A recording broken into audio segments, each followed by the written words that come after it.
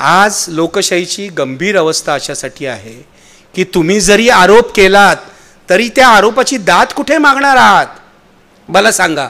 साधी गोष्ट आहे, आज मी मीडियावर बोलणार आहे. यामध्ये मीडियाचा रोल काय आहे? अरे जे काम तुम्ही करायला पाहिजे, वोटर्स लिस्ट दूषित आहेत, मतदार याद्या नीट नाही आहेत, त्यामध्ये अनेक बोगस नावं आहेत, हे पत्रकारांनी शोधून काढायला पाहिजे. ते तर संपलंच, ते राहुल गांधी करतायत, त्याचा फॉलोअप पण तुम्ही घेत नाही. उलट मीडिया काय बोलायला लागतं, ही बाई खोटी, हा माणूस खोटा. झालंय की नाही बघा ना तुम्ही. तुम्हीच मीडियावाले एक्झिट पोलमध्ये दाखवत होता काँग्रेस जिंकणार हरियाणामध्ये. त्याचं काय झालं तुम्ही बघितलं. राहुल गांधी, जे माझं म्हणणं आहे राहुल गांधींचे आरोप खरे की खोटे पुढची गोष्ट, निदान ते तपासून तर बघा. जो आपल्या लोकशाहीतल्या निवडणूक आयोगावर क्रिमिनल कॉन्स्पिरसीचा आरोप करतोय, जो माणूस, जो विरोधी पक्ष नेता आहे, तो आरोप तुम्हाला तपासायला नको आणि मीडियाने त्याला साथ द्यायला नको. 4 स्तंभ आहे मानता ना तुम्ही लोकशाहीचे. एक शासन संस्था आहे, एक न्याय संस्था आहे, एक लेजिस्लेचर आहे, विधिमंडळ किंवा संसद आहे, आणि एक मीडिया आहे. काय झालंय? 4 स्तंभ आहेत कुठे? शासन संस्था लोकशाही वाचवते असं आपण म्हणू शकत नाही. विधिमंडळांचं काय चाललंय बघा. विधिमंडळ आणि संसदेमध्ये बहुसंख्य लोकप्रतिनिधी हे लोकशाहीची कदरसुद्धा करतायत असं म्हणता येत नाही. न्यायसंस्थेत काय चाललंय बघा. म्हणजे एकच उदाहरण पुरेसं आहे, एकच उदाहरण. उमर खालिदला 5 वर्ष तुम्ही कोणताही आरोप नसताना, कोणताही पुरावा नसताना, केवळ मुसलमान म्हणून, हा आरोप आहे माझा, केवळ मुसलमान म्हणून त्याला तुरुंगात डांबलेलं आहे. आणि उमर खालिद तर दिल्लीमध्ये राहिला. दिल्लीच्या दंगल भडकवण्याचा आरोप आहे त्याच्यावर असं म्हटलं जातं. पुरावा काही नाही, पुरावा फक्त व्हॉट्सॲप मेसेजेस आहे, केवळ मुसलमान म्हणून. म्हणजे या देशातल्या 17-18 कोटी लोकसंख्येला तुम्ही दुय्यम दर्जाची वागणूक गेली 10 वर्ष देताय. गेली 10 वर्ष नशीब समजा उठाव होत नाही. खरंच नशीब समजा. तरुणांची माथी भडकली तर मला नाही आश्चर्य वाटणार. आणि आता तर ही लोकशाही गेलीच ना. अशा प्रकारे निवडणुका चोरल्या जातात, महाराष्ट्रात निवडणुका चोरल्या जातात. आणि महाराष्ट्रात तर काय झालंय बघा. 10-11 महिने झाले या सरकारला येऊन, फडणवीस सरकारला. हे तर गुन्हेगारांचं सरकार आहे. कोण दारूचा बार चालवतोय, कोण आणखीन काय करतोय, कोण रमी खेळतोय, कोण जमिनी हडप करतोय. पुण्यामध्ये नाही, मुंबईमध्ये पुढे खूप जमिनी हडप केलेल्या आहेत. आणि मुख्यमंत्र्यांच्या जवळच्या माणसांनी केलेले आहे, ते लक्षात घ्या. सगळं क्रिमिनल सरकार आहे. मीडियाचा रोल काय? माझा मुद्दा असा आहे की या सगळ्यामध्ये मीडियाचा रोल काय आहे. मी करतो झी 24 तासनी हे कालचं तुमचं जमिनीचं प्रकरण दाखवलं, याबद्दल मी झी 24 तासची स्तुती करतो, त्यांना शाबासकी देतो. कारण काहीच मीडिया करत नसताना अशी एक गोष्टसुद्धा कौतुकास्पद ठरते. पण यामागचं राजकारणसुद्धा समजून घ्या ना, की या जमिनीचे कागद सरकारमधल्याच कोणीतरी झी 24 तासला पोचवलेले आहेत. एकमेकाचा काटा काढण्यासाठी हे सगळं. म्हणजे प्रकरण खोटं नाही हे लक्षात घ्या. प्रकरण खोटं नाही, प्रकरण खरंच आहे.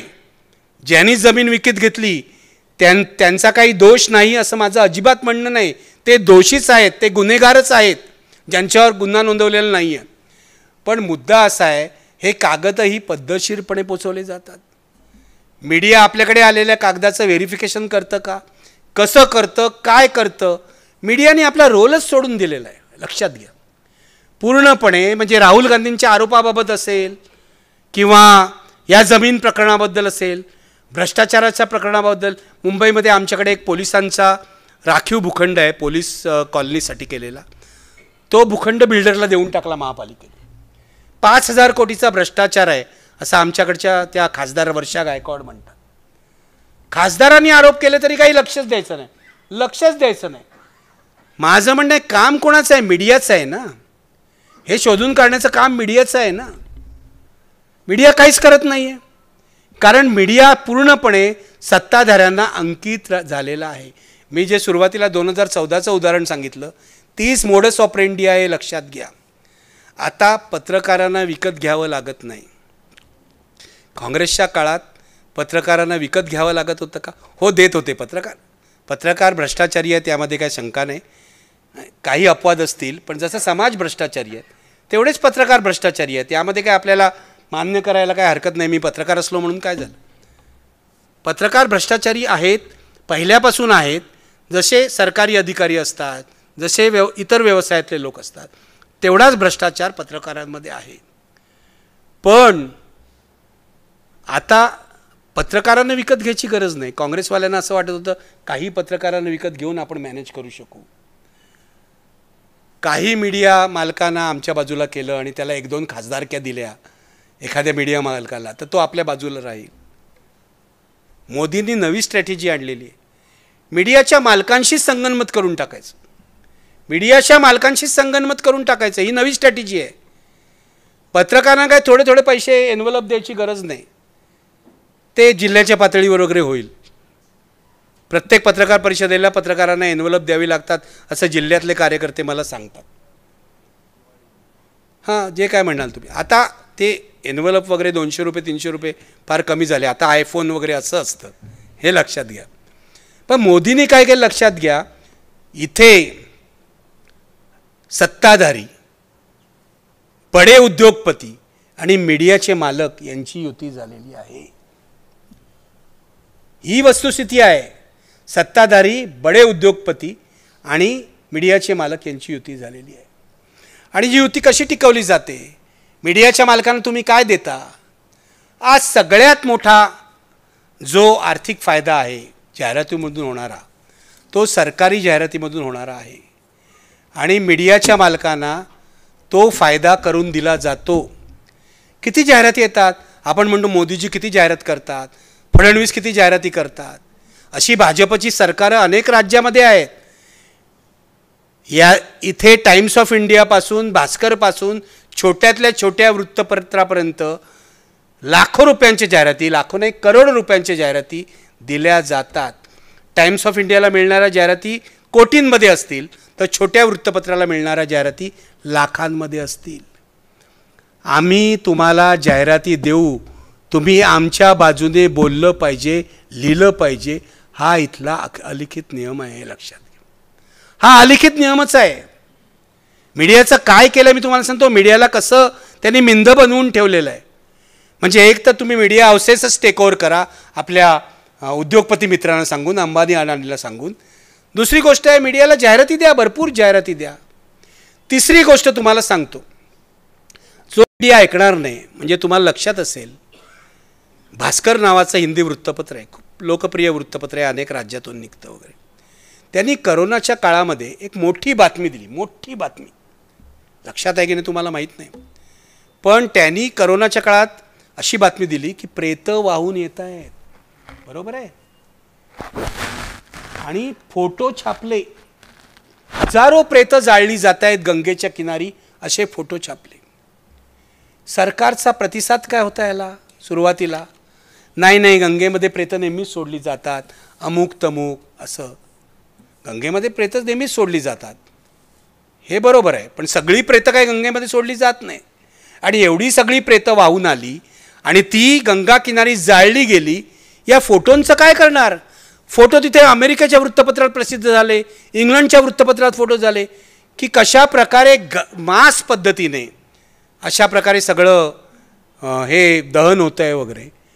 व्हिज्युअल चांगलं मिळालं फोटोग्राफरला. सरकारचा काही प्रतिसाद नाही. लोकांमध्ये खळबळ झाली, कितकी माणसं मेली, मग सरकार मृतांचा आकडा लपवतंय का? उघड होतं, सरकारने आकडा लपवला.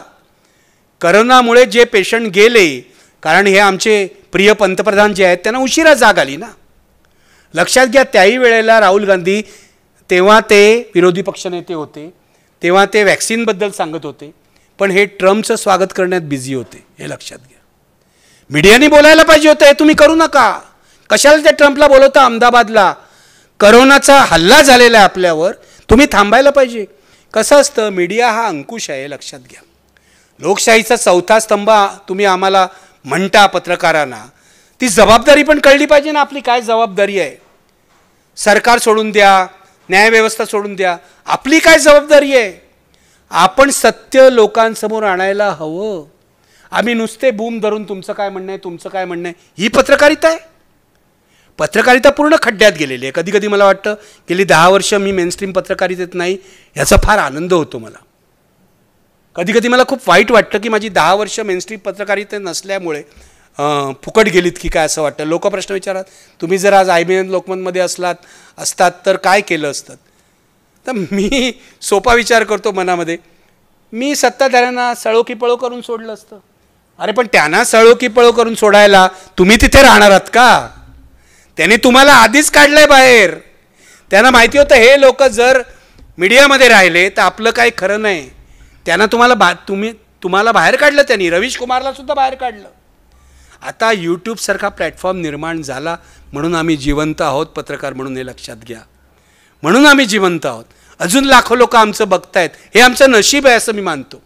कारण तो यूट्यूब अमेरिकेहून होतो, तो मोदींच्या हातात नाही, तरी त्यावर हजारो बंधनं लावायचा प्रयत्न करत आहेत. आता तुम्हाला गंमत सांगतो कशी बंधनं असतात. त्यांच्यावर पण नियम आहे.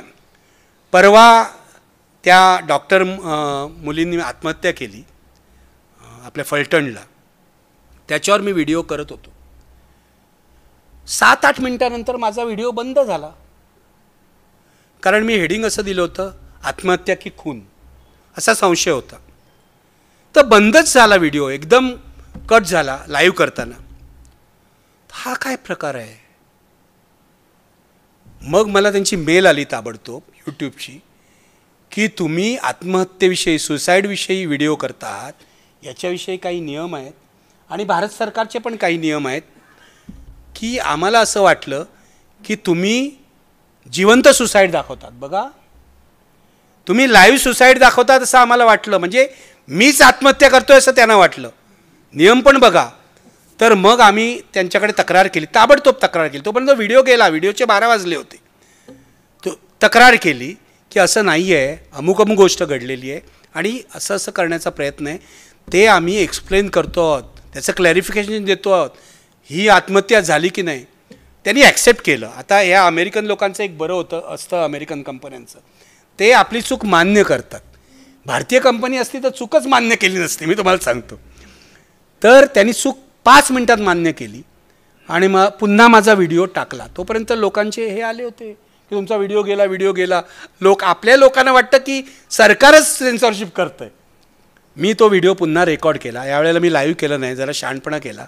हेडिंगमधून आत्महत्या शब्द काढून टाकला. तिने स्वतःचा जीव घेतला असं म्हटलं. त्या सॉफ्टवेअरला काही कळत नाही ना, त्याला आत्महत्या शब्द फीड केलेला आहे, सुइसाईड हा शब्द फीड केलेला आहे. आपण वेगळं काय वापरलं की त्या सॉफ्टवेअरला कळत नाही. पुन्हा तो व्हिडिओ लाईव्ह झाला. सेन्सॉरशिप कशा प्रकारची असते हे मी तुम्हाला सांगतोय. मुद्दा असा आहे की मीडिया कामच करत नाही ना, काय करायचं आपण. मला सांगा, मी 3-4 गोष्टी सांगितल्या तुम्हाला. मीडिया कसं जाहिराती देऊन केलं जातं. आणखी ना भास्करची गोष्ट सांगत होतो. भास्कर ते प्रेतांचं वगैरे त्यांनी बातमी दिली. त्यानंतर काय झालं, भास्करवर CBIच्या रेड्स झाल्या. लक्षात आहे तुमच्या? भास्कर या भारतातल्या मोठ्या दैनिकावर CBI आणि EDच्या रेड्स झाल्या. त्यानंतर दुसरी गोष्ट, BBCने एक डॉक्युमेंटरी तयार केली. त्याच्यामध्ये मोदींच्या गुजरातच्या मुख्यमंत्री असताना दंगल वगैरे झाली, त्या प्रकाराविषयी काय माहिती होती. BBCच्या ऑफिसवर रेड झाल्या. BBCने तुम्हाला माहिती आहे का, आता भारतात जी BBC ऑपरेट करतं ही कंपनी BBC ओन नाही आहे. ही कंपनी स्वतंत्र आहे. स्टाफ वगैरे त्यांनी तोच ठेवलेला आहे. पण भारत सरकारला घाबरून BBCचं लंडन ऑफिस कंट्रोल करत होतं कंपनीला, त्यांनी स्वतंत्र कंपनी निर्माण केली आणि त्याच्याकडे सगळा कारभार दिला. म्हणजे उद्या भारत सरकारने काही यांच्यावर घाला घातला, यांच्यावर बंधनं आणली तर आपल्यावर परिणाम नको. BBC सारख्या इंटरनॅशनल कंपनीला, विश्वासार्ह कंपनीला सुद्धा या सरकारने हे केलेलं आहे. जाहिराती दिल्यात तरी तुम्ही, BBC तर जाहिरातीच घेत नाही. ते राणी नाही, आता राजाच्या पैशावर चालतं इंग्लंडच्या, त्यांचं फंडिंग आहे इंग्लंडच्या राजाचं, त्यामुळे त्यांना जाहिरातीची पर्वा नाही. पण जे लोक जाहिराती घेऊन भास्कर हा मोठा पेपर आहे, तो जाहिराती घेतो, तुम्ही आमच्या विरुद्ध बातमी दिलीत काय, मग आम्ही तुम्हाला ईडी CBI लावतो. हा तिसरा मार्ग आहे, लक्षात ठेवा. सेन्सॉरशिपचा तिसरा मार्ग आहे हा. अशा प्रकारे तुम्ही विरोधी पक्षाला पण खतम केलं, मीडियाला पण खतम केलं. आता बघा, मी महाराष्ट्रातल्या एका पेपरचं उदाहरण देतो. खरं तर मला नावं घ्यायची नाहीत, पण तरी द्यायला पाहिजे तुम्हाला सत्य समजायला. महाराष्ट्रातला एक मोठा पेपर आहे, त्याचं नाव आहे लोकमत. हां, लोकमत कुणाचा पेपर आहे की मी सांगायची गरज नाही. IBN लोकमत पार्टनर होता, त्यामुळे मला माहिती आहे. दर्डांचा पेपर आहे. दर्डा हे 2 किंवा 3 वेळेला, माझ्या माहितीप्रमाणे 3 वेळेला काँग्रेसचे खासदार होते. बरोबर आहे. माझं असं मत नाही, दर्डा जरी काँग्रेसचे खासदार असले तरी त्यांनी काँग्रेसची बाजू घ्यावी असं माझं अजिबात मत नाही. पण 2014 नंतर लोकमत अमित शहांचे कार्यक्रम ऑर्गनाईज करायला लागलं, त्यांच्यापुढे लोटांगण घालायला. हे काय आहे? महाराष्ट्रातला सर्वाधिक खपाचा पेपर अशा प्रकारे सत्ताधाऱ्यांपुढे लोटांगण घातलं. टाइम्स ऑफ इंडिया तेच करतंय. तुम्हाला एकच उदाहरण देतो. ज्या राहुल गांधींच्या पत्रकार परिषदेचं मी सांगितलं, तिसरी पत्रकार परिषद सोडली तर या आधीच्या पत्रकार परिषदेला पहिल्या पानावर स्थानही नव्हतं टाइम्स ऑफ इंडियाच्या. मराठी पेपरमध्ये सुद्धा बघा, काही पेपरमध्ये होतं, काही पेपरमध्ये नव्हतं. संपादकाला कळतं ना कोणत्यामध्ये न्यूज व्हॅल्यू आहे. काहीतरी वेगळंच, कोणतरी एक गोपीचंद पडळकर बोलतो, काहीतरी वाह्यात विधान करतो, त्या विधानाला हेडलाईन करायचं. TV चॅनल तर पूर्ण वाह्यातच झालेली आहे. TV वर काम केलेला मी पत्रकार आहे, तुम्हाला सांगतो, गेल्या किमान 5 वर्षात मी TV बघितलेलं नाही. पण वाह्यात पण आम्हाला कळतो मोबाईलवरून. TV बघायची त्यासाठी गरज नाही. तेव्हा मुख्य मुद्द्यांवरून लक्ष उडवण्यासाठी अशी वाह्यात कॅरेक्टर तयार करा. आणि आपण सगळी जनता, महाराष्ट्रातली सुजाण जनता, महाराष्ट्रातले अभ्यासू लोक, आपण सगळे अल्पसंख्याक झालेलो आहोत आणि ह्यांना सहन करतो. कोणी पडळकर आहे, कोणी राणे आहे, आणखीन कोणी आहे, त्यांची नावंसुद्धा घ्यावी तशी त्यांची लायकी नाही. पण सांगतोय मी तुम्हाला की मुख्य मुद्द्यांवरचं लक्ष उडवण्यासाठी हे डायव्हर्जन आहे, हे लक्षात ठेवा. हे पद्धतशीरपणे झालेलं आहे, हे पद्धतशीरपणे झालेलं आहे. परवाचीच गोष्ट तुम्हाला उदाहरण देतो मीडिया म्हणून, की हे पुण्याचं जे कोरेगाव पारचं 40 एकरचं प्रकरण आलं, पहिल्या दिवशी आलं, झी 24 तासांनी दाखवलं. लगेच मनोज जरांगे पाटील टेलिव्हिजनवाले दुसऱ्या दिवशी आणि म्हणायला लागले माझ्या हत्येचा कट झाला. बरोबर आहे ना? म्हणजे हे झालं नाही, पण हे व्हावं ही अपेक्षा होती की हत्येचा कट या बातमीला प्रसिद्धी मिळावी, त्याला प्राधान्य मिळावं आणि हा जो जमिनीचा व्यवहार आहे त्याच्याकडे दुर्लक्ष व्हावं, ही इच्छा होती. हे झालं नाही. हे आपलं नशीब. हल्ली नशिबावर चाललंय सगळं. हे आपलं नशीब. बातमी टिकली, कारवाई झाली, पॉवर ऑफ अटर्नी करणारी बाई परदेशी पळाली, मुख्य आरोपीवर गुन्हा दाखल झाला नाही. ही सगळी बातमी टिकली, फॉलोअप झाला म्हणून टिकली, कुणाची तरी इच्छा होती म्हणून टिकली, किंबहुना मुख्यमंत्र्यांची इच्छा होती म्हणूनच टिकली. हे लक्षात घ्या. अरे म्हणजे तुमचा मीडियासुद्धा आता राजकारण्यांच्यानी चालणार? मला प्रश्न हा विचारायचा आहे. ज्याला लोकांचा हस्तक्षेप म्हणतात, पीपल्स इंटरव्हेन्शन म्हणतात, ते कुठेच नाही. माध्यमांनी लोकांच्या वतीने हस्तक्षेप करावा अशी अपेक्षा असते.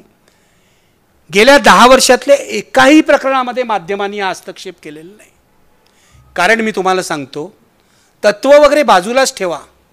आमच्यासारखे लोक पत्रकारिते आले ते एका विशिष्ट विचारांनी आले. मीडिया समाज बदलतो असं माझं अजिबात मत नाही, पण मीडिया परिवर्तनाला पोषक वातावरण निर्माण करू शकतो असं मला 100% वाटतं आणि याचा अनुभव मला आहे. समाजामध्ये जर सकारात्मक बदल घडायचे असेल तर मीडिया हातभार लावू शकतो. पण असे काहीतरी वाह्यात तुम्ही वचनं देऊन वगैरे असं होत नाही. त्याच्यासाठी एखाद्या मुद्द्याचा पाठपुरावा करावा लागतो, हे लक्षात घ्या. गंभीर मुद्द्याचा पाठपुरावा करावा लागतो. मुद्दा माझा असा आहे की हे काहीच होत नाही. लोक इंटरव्हेन्शन करत नाही. आपल्या घरी रोज एक पेपर येतो, मग तो कुठचा असेल, सकाळ असेल, लोकमत असेल, लोक आपले वाचतात आणि रद्दी करतात त्याच्यावर प्रतिक्रियाच काही देत नाही. मी तुम्हाला सांगतो, यूट्यूबवर व्हिडिओच्या खाली ज्या प्रतिक्रिया होतात असतात.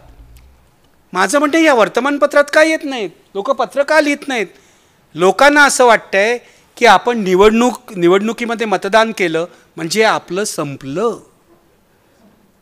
मी तुम्हाला सांगतो, लोकशाही ICUमध्ये जायला, लोकशाही अर्धमेली व्हायला जसे लोकशाहीचे 4 स्तंभ जबाबदार आहेत, तसे आपण लोकसुद्धा जबाबदार आहोत.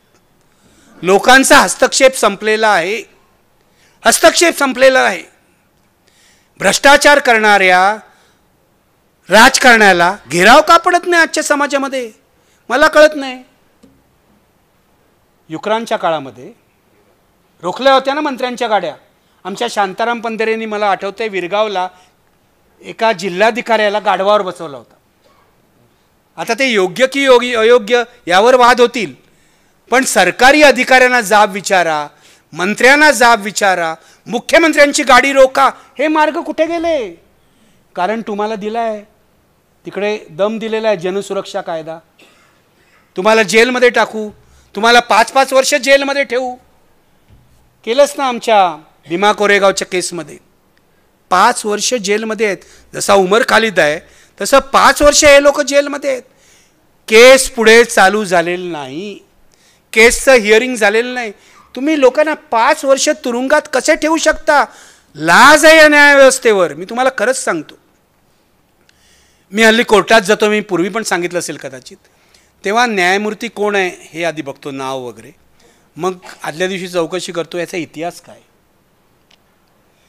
इतिहासावरून आपल्याला कळतं आपल्या बाजूने निकाल लागणार आहे की विरोधी लागणार आहे. फार कमी वेळा चुकतं की नाही बाबा हा न्यायाधीश या विचारांचा आहे तरीसुद्धा आपल्या बाजूने निकाल देतोय म्हणजे कायद्याशी प्रामाणिक आहे.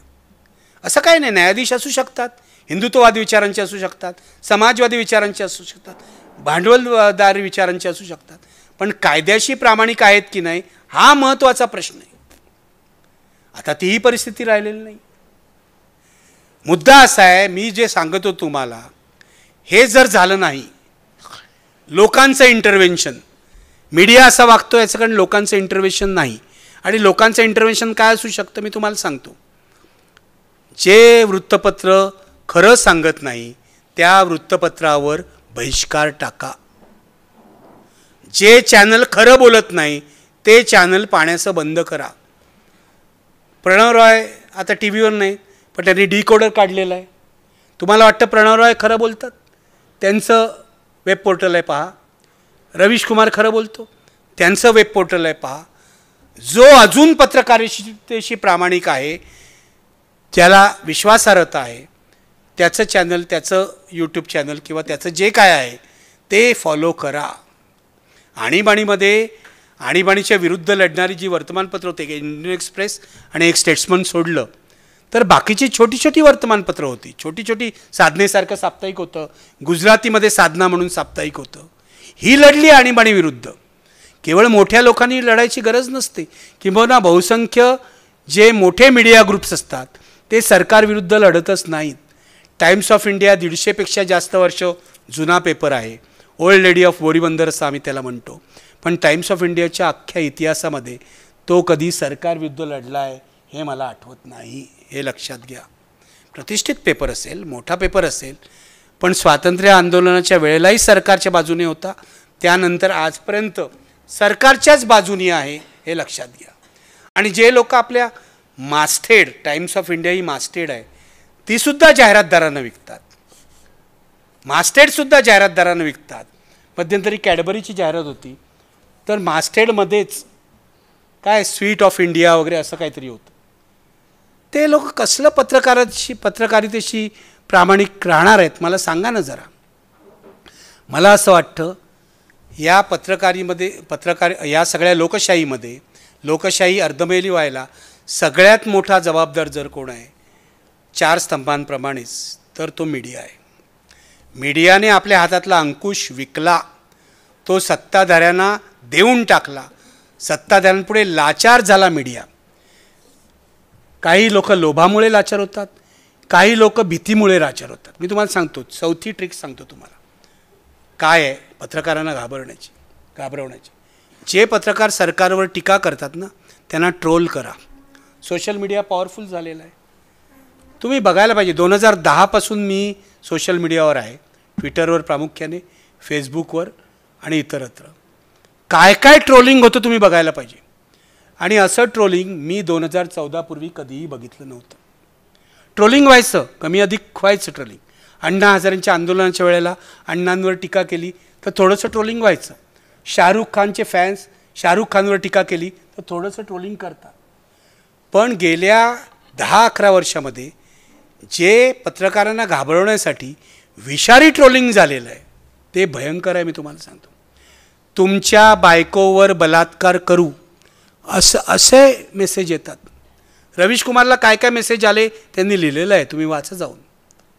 किती धमक्या येतात. आता धमक्या खऱ्या की खोट्या हा पुढचा मुद्दा, पण धमकी देणाऱ्याला कोणी नियंत्रित करू शकत नाही ही खरी दुःखाची गोष्ट आहे ना. पत्रकारांना घाबरवण्यासाठी तुम्ही हे उपद्व्याप करता, पत्रकारांना घाबरवण्यासाठी तुम्ही ट्रोल करता. ठीक आहे, 2 पत्रकार घाबरणार नाहीत, 10 पत्रकार घाबरणार नाहीत, पण 90 पत्रकार तर घाबरतील ना. प्रत्येकाला आपल्या जीवाची काळजी असते. मला असे पत्रकार माहिती आहेत, जाऊ दे ना सोशल मीडियावर लिहायलाच नको, जाऊ दे ना फेसबुकवर लिहायलाच नको, कारण आम्ही आमचं ट्रोलिंग होतं. ही ट्रोल आर्मी जी आहे, तुम्हाला माहिती आहे स्वाती चतुर्वेदीचं पुस्तक आहे यावर, ते वाचलं नसेल तर वाचा जरूर. पण ही पद्धतशीरपणे निर्माण करण्यात आलेली आहे. ही भारतीय जनता पक्षाच्या IT सेलने निर्माण केलेली ट्रोल आर्मी आहे. ही ट्रोल आर्मी यापैकी बहुतेक जण हे भाजपचे कार्यकर्तेसुद्धा नाही. यांना ट्रोलिंग करण्यासाठी पैसे दिले जातात. 40 पैसे दिले जातात की 40 रुपये हा मुद्दा वेगळा, तो त्यांचा मुद्दा आहे, तो काय माझा मुद्दा नाही. 40 पैसे देत असाल तर थोडे वाढवा, एवढंच माझं म्हणणं आहे, पण एवढे कमी देऊ नका. पण मुद्दा असा आहे की ट्रोलिंग, मास ट्रोलिंग करणं पत्रकारांचं, तुम्ही बघा किती तुम्ही पत्रकार बघा भारतातले विजेता बरखा दत्त महिला पत्रकार असेल तर अधिक वाईट पद्धतीने ट्रोलिंग होतं. मुसलमान पत्रकार असेल तर त्याहून अधिक होतं. आपला आर्ट न्यूज नावाचं फॅक्ट चेकचं हे आहे, वेब पोर्टल आहे, त्यांचं किती चॅनल त्यांचं किती ट्रोलिंग होतं बघा. त्यातल्या एकाला तर जेलमध्येच टाकला या लोकांनी. किती पत्रकार गेल्या 10 वर्षामध्ये जेलमध्ये गेले. आणि हे झालं म्हणजे हे करूनसुद्धा तो पत्रकार हरत नाही असं म्हटल्यावर जेलमध्ये टाकलं. तर केरळच्या पत्रकाराला जवळजवळ 3 वर्ष जेलमध्ये टाकलं, 3 वर्ष जेलमध्ये टाकलं. आणि जेलमध्ये केस लढवायचीच नाही, हे लक्षात घ्या. आजचं तंत्र काय, प्रोसेस इज द पनिशमेंट, हे तंत्र आहे. उमर खालिद विरुद्ध केस कधीच उभी राहणार नाही. भीमा कोरेगाव प्रकरणात केस कधीच उभी राहणार नाही, कारण त्या केसची तर सगळी कागदपत्रं मी पाहिलेली आहे. पहिल्यांदा त्यामध्ये होतं पंतप्रधानांच्या हत्येचा कट केला वगैरे, ते आता ड्रॉप झाले आहेत चार्जेस आणि ती केस उभीच राहणार नाही. हे लोक निर्दोष सुटणार. पण 5 वर्ष त्यांचं आयुष्य तुम्ही बर्बाद करता. शोमा सेन यांच्यासारखी प्राध्यापिका आहे किंवा दुसरा एक जण आहे, तो तर प्राईम मिनिस्टरच्या टीममध्ये होता, त्या महेशला त्याला तुरुंगात ठेवलेलं, त्यांचं आयुष्य बर्बाद करता. इतकी भयंकर अवस्था आहे. मित्र, मी खूप उदाहरणं ही देऊ शकतो.